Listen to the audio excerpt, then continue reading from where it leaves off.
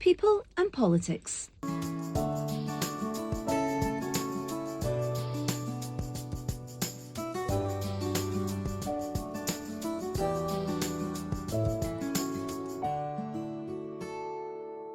Hello and welcome to the 6th episode of People and Politics. My name's Paul O'Kane. I'm a member of the Scottish Parliament for the West Scotland region, and I created this podcast because I want to hear unique stories about the region that I represent, people and communities and what they're doing, and hopefully there's some listeners out there who want to hear those stories as well.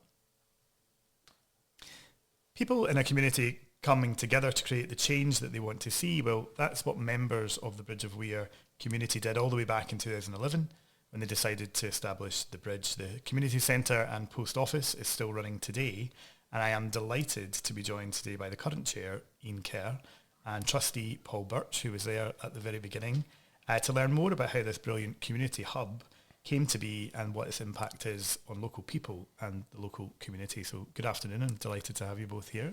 Thank you. Thank you, and thanks for giving your time. So I suppose for some of our listeners who don't know Bridge of Weir and maybe don't know exactly what the bridge is, how did it all come about? So Paul, you were there at the beginning. I was.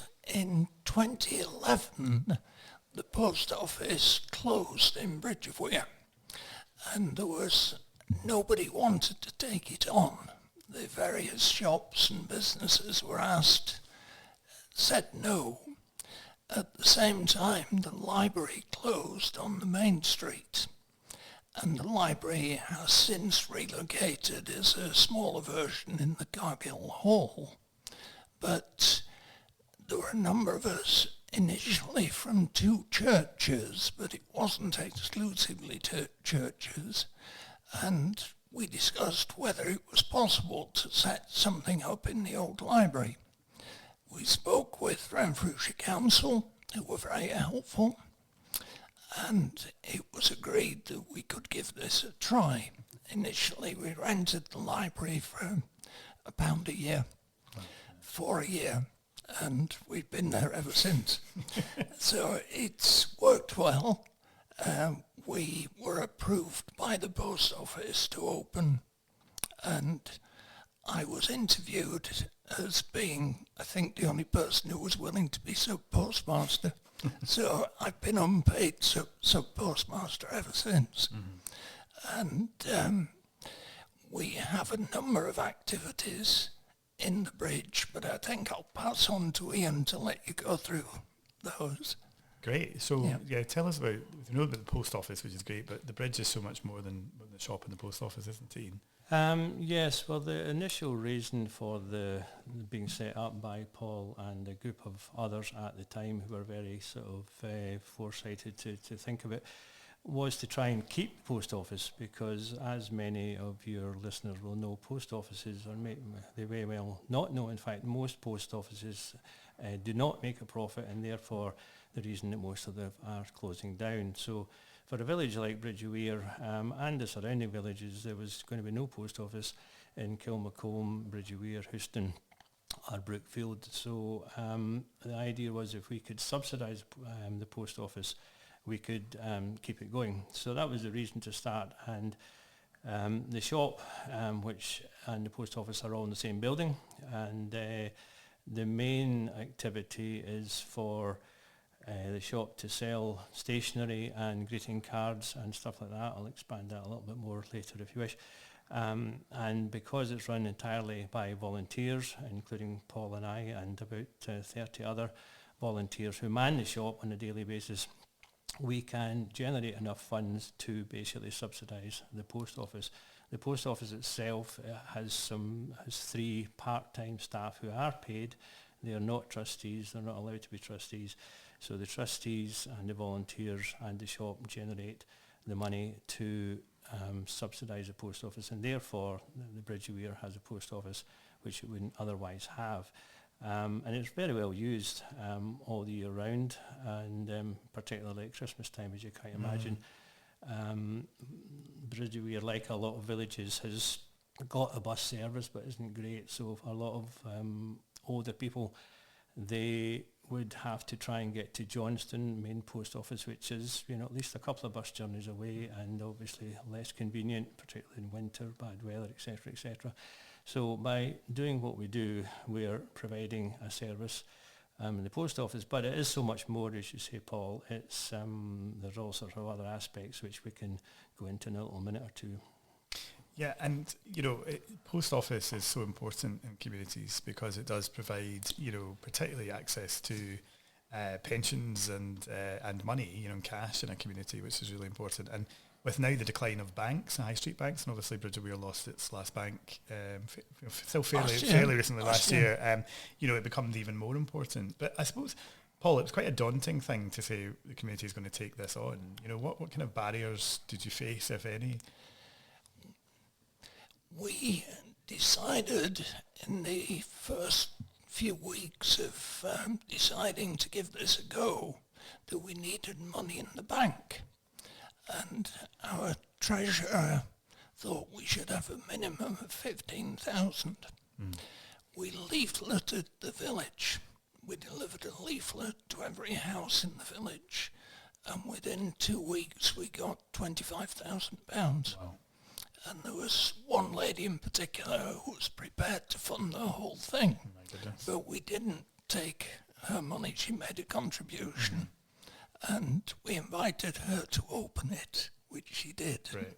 Made a nice little speech. Absolutely. But she's no longer with us. But it was I think not only did we raise the money we were looking to raise, it gave us a good feeling that the village was supporting this. Yeah. And people were making a £5 or a couple of pound contribution, but it all mounted up. And it gave us the confidence to go forward anyway. So almost as though the community had a stake in it, it's almost becoming the shareholders in a sense without that sort of, traditional, it's actually about it being a community endeavour and people valuing it, I suppose. Yeah.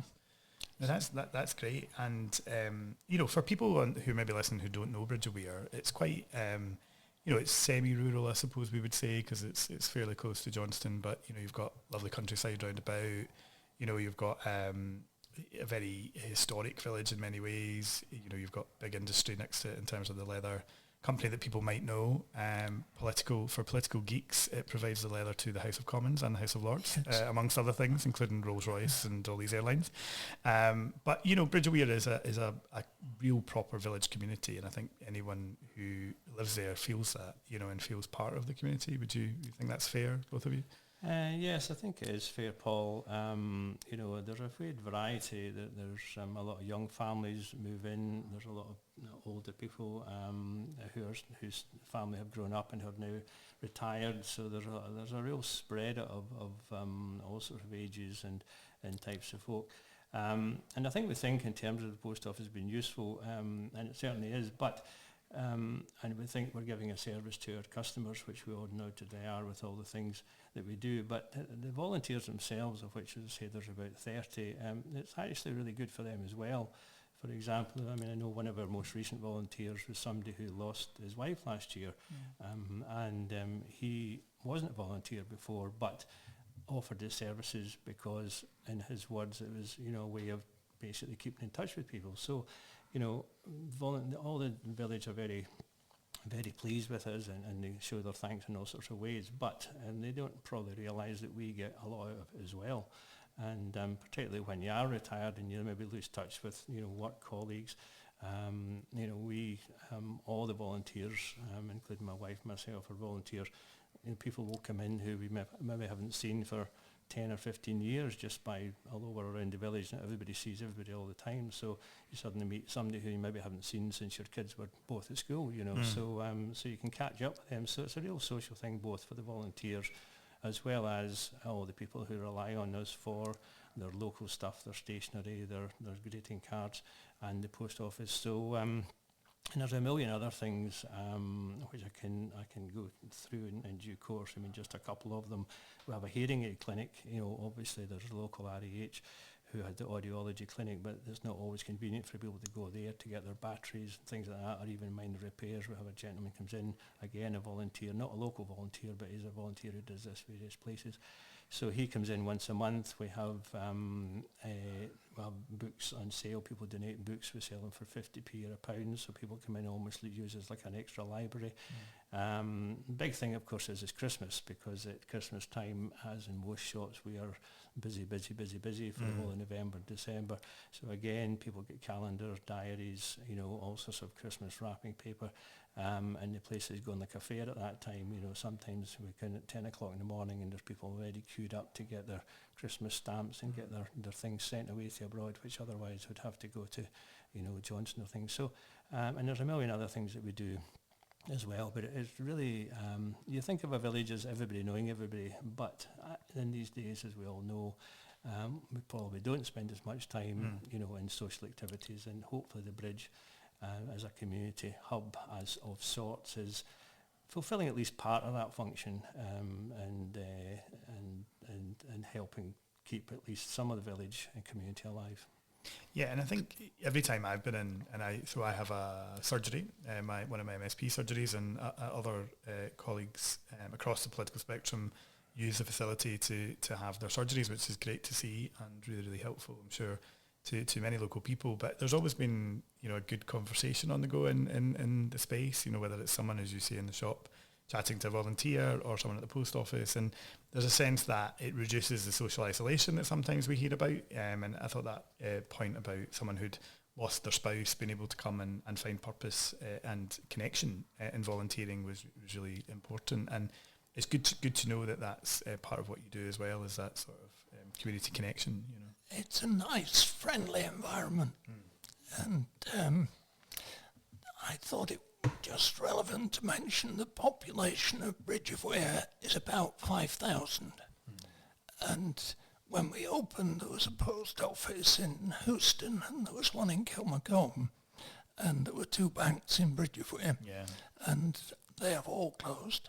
So we pick up customers from surrounding villages and customers who would have banked with one of the village banks, which is no longer there. So we're keeping busy. Yeah, and providing that much wider resource probably across what we would recognise as Strathclyde, I suppose, more widely, and it's challenging, I think, in villages, because we are seeing services reduce, whether that be from private concerns like banks, but also we know about some of the challenges with GPs and the treatment centre and the mobile treatment centre. So, it's important there's an anchor in the community to some extent to do a lot of the gaps that are created. And I think you do other things as well in terms of so I think there's a cinema as well, and aspects of folk can get a cup of tea and various things. So is that, Ian, something that? Yeah, well, there's quite a number of things that I'll not spend too much time on all the different things, but as you allude to, Paul, in fact we've got 2 Pauls here. It's confusing. But MP Paul Paul just alluded to the film nights, which we have once a month over the winter, which the other Paul, who's on my left here, does and sets it up. But we've currently got 2 lots of films. Oh, really? That we show our programme of films, which we've done for many years. And we've now got a lady who is renting the Bridge once a month and showing films to a group. I see.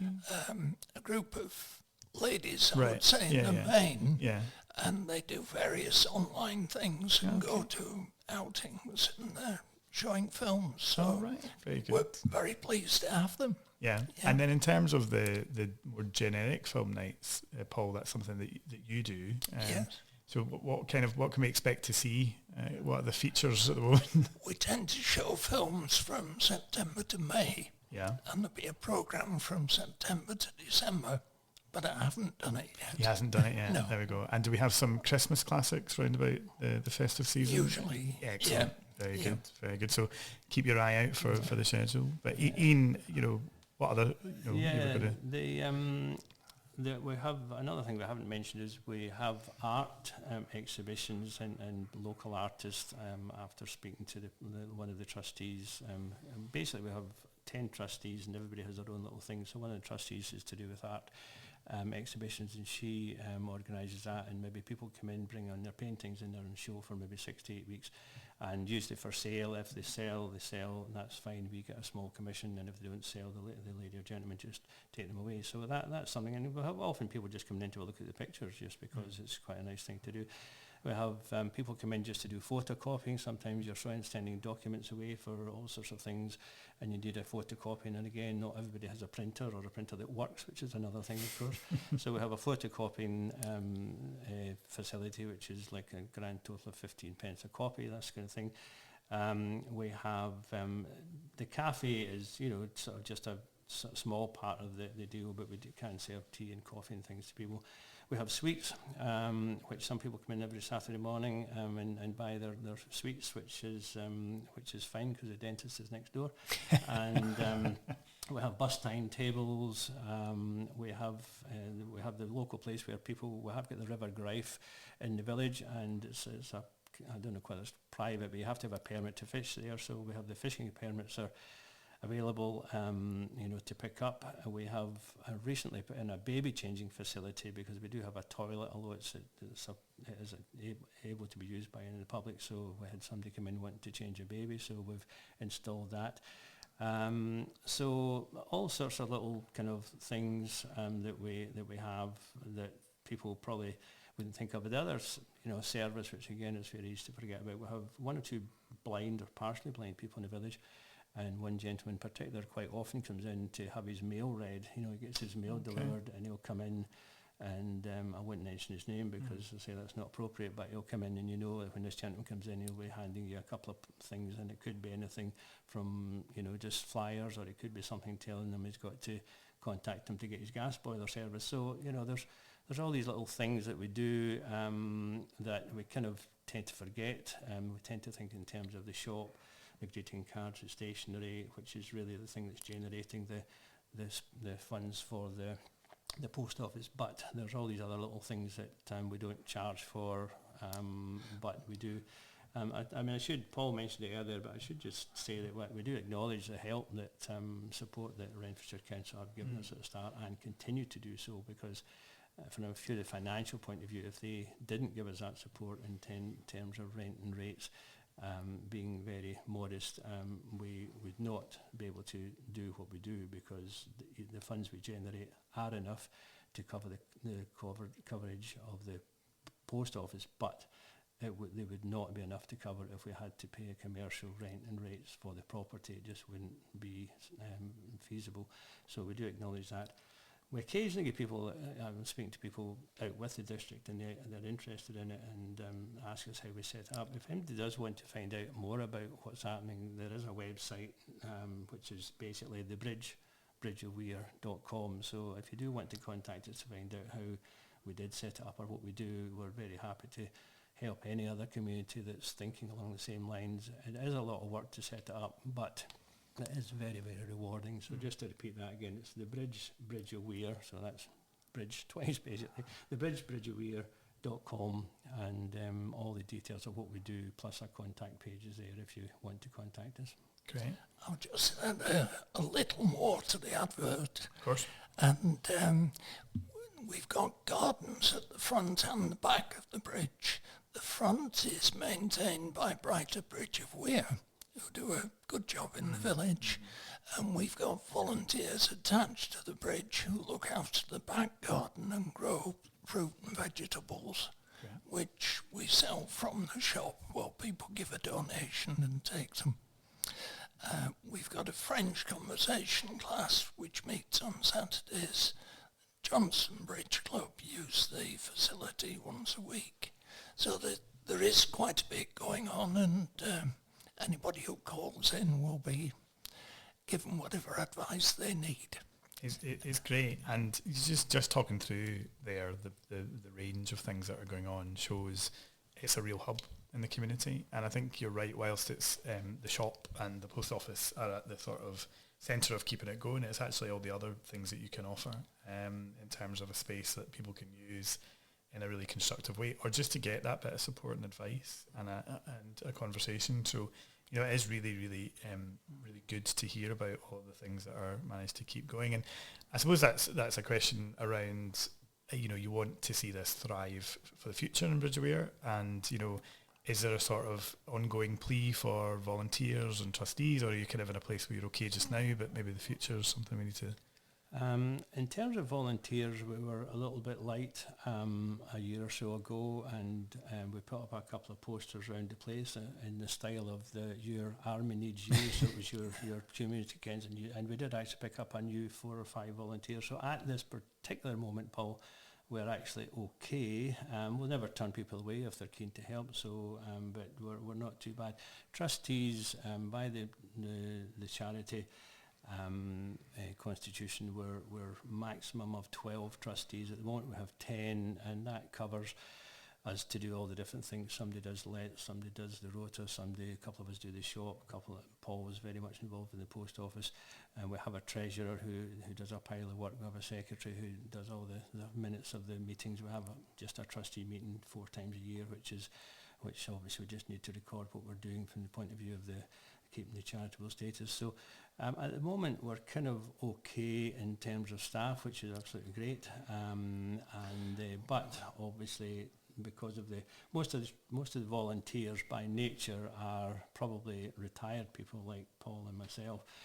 We're not exclusive to that, but just because of the time commitment, obviously the shop is open during the day, in mornings when normal people, i.e. non-retired people like yourself, are working. So it tends to be retired people. So ultimately retired people are volunteers. Some things, either illness, infirmity or whatever, can sometimes mean they have to step down. So there is a little bit of a rotation, but at the moment we have, as I say, about 32 volunteers. Most of the volunteers are actually, let's go the other way. Most of the trustees are volunteers. Not all the volunteers are trustees. So. But we're kind of doing okay, but we'll never turn somebody away if they're desperate to help. We can always find a job for them. We haven't mentioned money. Yes, indeed. But we are financially viable. Good. As Ian said earlier, the post office loses money, but we cover that loss from everything else we do. And we've always had money in the bank since day one.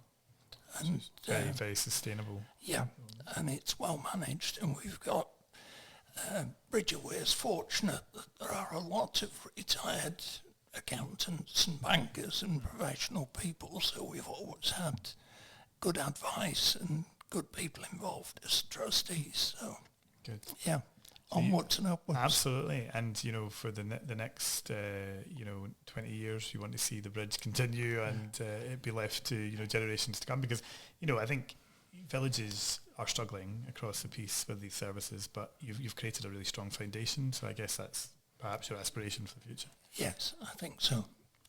Yeah. And I think in terms of actual amounts, last year for what were figures for the post office, even though there's no money wasted, it's really just the staff costs and they're not overpaid. The post office, although it was moderately busy most of the time, particularly Christmas, actually lost £4,500, so which is why the post office nationally would basically pull the plug. The shop, with all the stuff we do, made a profit of about £6,000, so we're able to cover the cost and the loss of the post office, plus have a little bit of money in the bank. And that has happened, I think, 11 of the 12 years. There was one year we didn't have enough to cover the cost, but because we had a bit of money in the bank, and that was fine. We also had a legacy left to us last year from a lady who passed, sadly, and who left us a significant amount of money. So from the little bit of surplus we've made every year for the last 11 years, plus this legacy, we are in the fortunate position of having a reasonable amount of money in the bank. So if everything went pear-shaped, we could still keep it going for a number of years, certainly, but obviously the idea is we want to keep the shop going for all the reasons we mentioned, the social aspect and everything else. So at the moment we're sustainable, but again, as I mentioned, mainly because Renfrewshire Council are good enough to give us property. If it wasn't for that, it would probably be very difficult to keep it going. Struggle. I mean, that's... Sorry, Paul, go on. Yeah, I was just going to say, we kept going through the COVID years.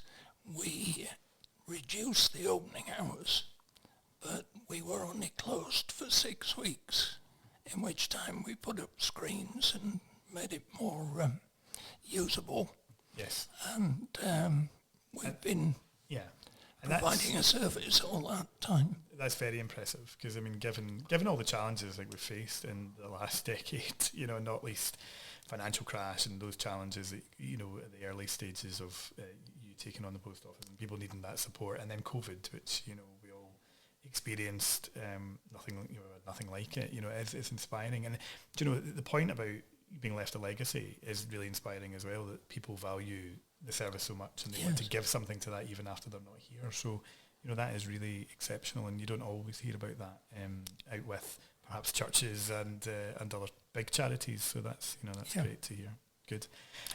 What I do is, we've got a couple of minutes left, but I ask all of my guests, what's the kind of best thing about the community you live in? What's really, you know, positive about Bridge of Weir? What do you like about living in the village? And, you know, what do you want to tell other people about Bridge of Weir, I guess? My question. Well, I was brought up in a farm out in the country, and I just love being able to drive back from anywhere I am. I don't spend a lot of time away from Bridge of Weir now, to be honest, since I'm retired, but the fact that you can drive back even from Johnson or Paisley and you're still going through countryside to get to your little village, I would hate, you know, with all due respect to everybody who does live in cities and who have to live in cities, I totally get that, but I could not stand not from one day to the next seeing some green trees or greenery, you know, as I go about my daily. That's kind of my thing, and the fact that you know, if you can be positive about things, you can do things, and you get so much more back from doing volunteering in any. I mean, I volunteer for a couple of other things as well, as does Paul, and you get so much more back from doing it than you ever have to give in, so it's a win-win from my point of view. That's great. Paul, what about you? What's great about Bridge of Weir? I think I follow on with the same theme, that many years ago I was in the village with my grandson, who was quite a small boy at the time, and just in a normal walk around the village, I spoke with quite a few people, or said hello, and when we were coming back, he said to me, "Do you know everybody in Bridge of Weir?" And it is just that sort of place, you know, which is great. And we've got some fabulous villages across the west and across Renfrewshire that are the same and have the same sentiment. But you guys have really helped to put at the centre of it the bridge as a hub and an anchor, I think, to the village as well. So as I always say at the end of these podcast episodes, if you have something great going on in your community, if you've got something inspiring, then get in touch and we can have you on the podcast to have a chat.